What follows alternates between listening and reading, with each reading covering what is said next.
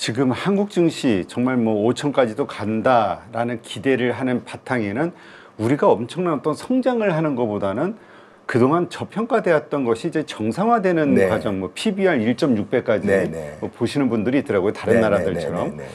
그렇다면 우리는 성장이 없는 걸까? 아니면 이 가운데에서도 또 성장하는 산업이 있어서 거기가 좀 더 많이 오를 수 있는 개연성이 있는 건가? 이런 질문이 나올 수 있거든요. 네. 어떻게 보십니까? 사실은 최근에 작년부터 이렇게 주가가 이렇게 미진했고, 그다음에 경기 자체가 흐름이 떨어졌던 가장 큰 원인은 주도하는 산업군이 힘이 약화되었기 때문이라고 봅니다. 대표적으로 삼성전자를 필두로 한 IT 산업들이 그나마 하이닉스가 치고 올라오면서 HBM을 가지고 커버를 했지만, 근원적으로 이 그전에 우리나라를 이끌었던 뭐 예전에 뭐 자화정도 있었고요. 뭐 그런 철강, 뭐 조선, 기본적인 중후장대했던 또는 반도체까지 하면 그런 산업들이 이제는 사이클이 조금 다 접어드는 사이클로 다 들어와 있거든요. 네. 그렇다 보면 새로운 것에 대한 투자가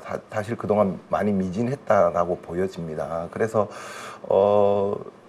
제 생각에는 새로운 형태의 비즈니스 모델을 찾고 그런 산업을 찾는 노력이 조금 더 지금 이어질 거라고 생각합니다. 대표적으로 뭐 방산이라든지 네. 예상치 못했던 게 최근에 방산 같은 경우는 새로운 산업으로 그렇죠. 커지고 있지 않습니까? 그래서 그런 산업들이 K 컬처와 관련된 새로운 산업들 뭐 그런 것들이 새롭게 모색될 가능성이 높다고 봅니다. 네, 그렇군요.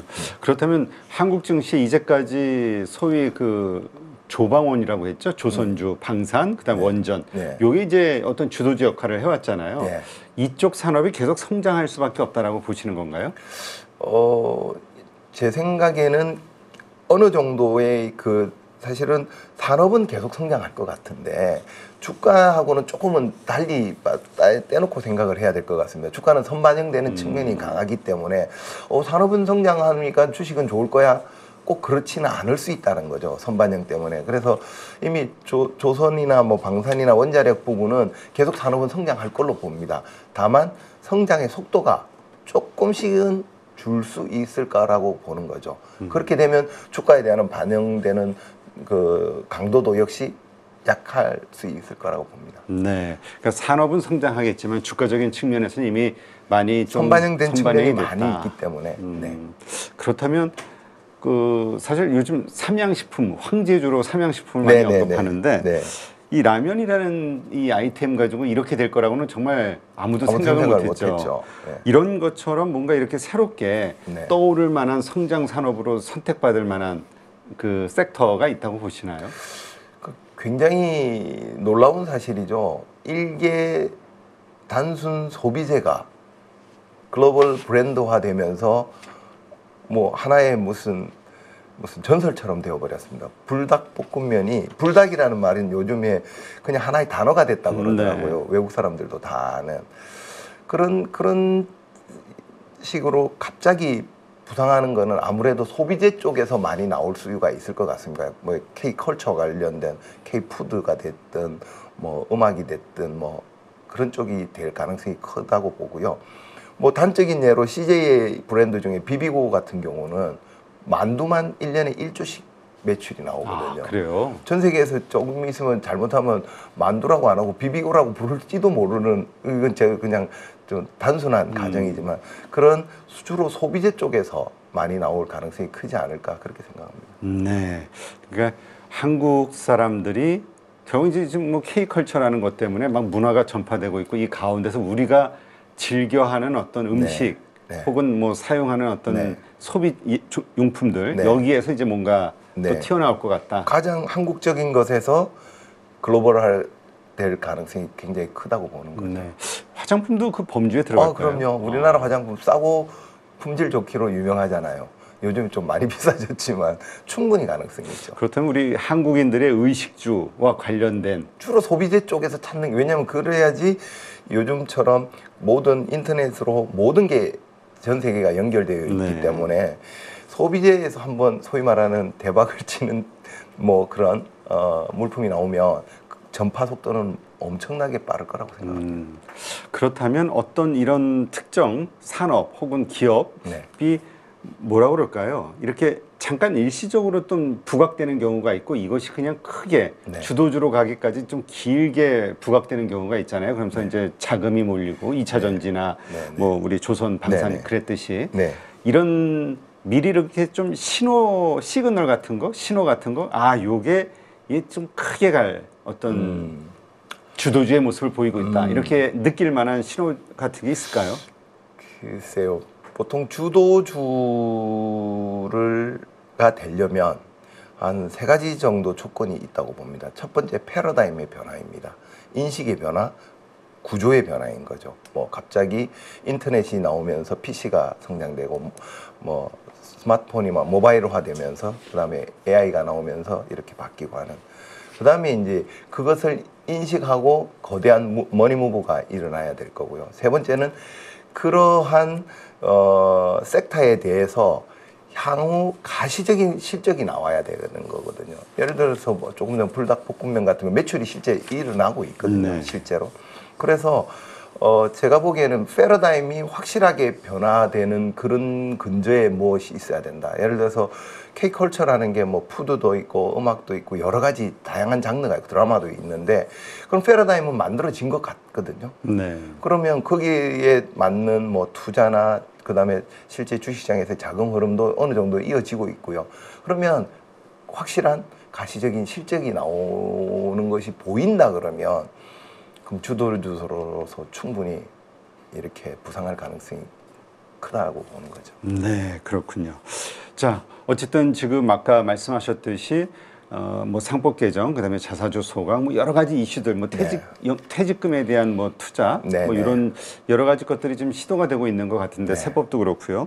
이러한 증시 부양책들 이것이 미리 선반영된 것이냐, 아니면 그것이 계속 반영이 이제 앞으로 돼 나갈 것이냐, 그러니까 우리는 계속해서 상승해 나갈 것이냐, 이와 관련해서 어떻게 보십니까?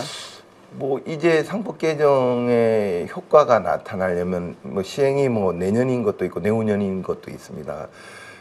아직 남아 있기 때문에 뭐 반영된 게 전체 뭐 제가 보기에는 3분의 1도 반영이 안 된 거로 보여지거든요.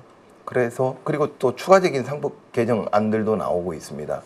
그래서 이 뭐 예를 들면 자사주 소각 같은 거는 굉장히 파워풀한 거거든요. 그러다 보니까 최근에 자사주 많이 가지고 있는 회사들이 막 가격이 증권주나 뭐 보면 굉장히 많이 오르기도 했는데, 그래서 제 판단으로는 이제 그러니까 기대감으로 움직인 것과 실제 그런 그 액트들이, 그러니까 법들이 나오면서 효과로 나타나기 시작한 것은 아직 아니기 때문에 실제 그런 현상이 나타나기 시작하면 또 한 차례 한 단계 또 다른 레벨업이 충분히 가능할 거라고 보고 있습니다. 그래서 그런 변화가, 본질적인 변화가 있다고 보고요. 그래서 지금은 기대감에 의해서 움직인 거고 본질적인 움직임은 이제부터 서서히 시작되지 않을까 그렇게 생각합니다. 네.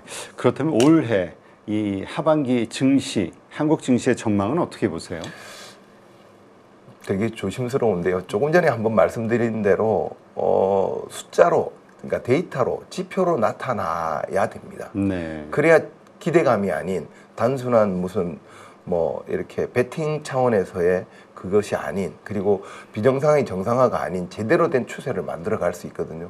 그러려면 제 생각에는 10월 중순에 나오는 지표들, 기업 실적들, 그리고 이제부터라도 서서히 소비나 물가나 특히 소비 관련 또 수출 지표들이 매달 나오니까 하나씩 변화되는 모습을 보여야 될 거라고 생각합니다. 그래서 제가 생각하기에는 변곡점은 10월 달에 나타날 것 같아.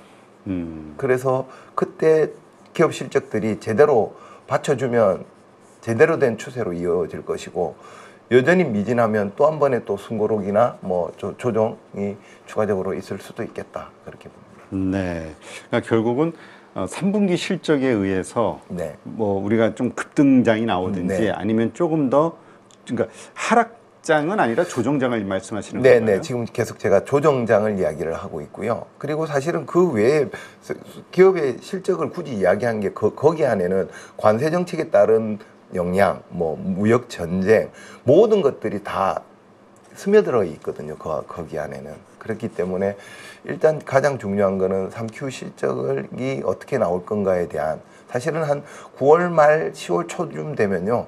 대충의 예상치들이 애널리스트들이 나오기 시작을 합니다. 네. 그때쯤이면 감을 조금씩 잡을 수 있지 않을까. 그렇다면 오히려 그때서부터 이 증시의 움직임 관심을 집중해서 가져야 되죠. 네, 뭐 9월서 갑자기 서프라이즈가 나올 수도 있고 샥이 나올 수도 있어요. 네. 지금 그렇다면 그 정말 우리가 코스피 5천까지 계속해서 우상향으로 상승하기 위한 어떤 조건으로 조금 더 보완해야 되는 게 있다 그러면 어떤 것들이 있을까요? 네. 지금 사실은 최근의 움직임의 결정타를 보여준 게 정부 정책이었거든요.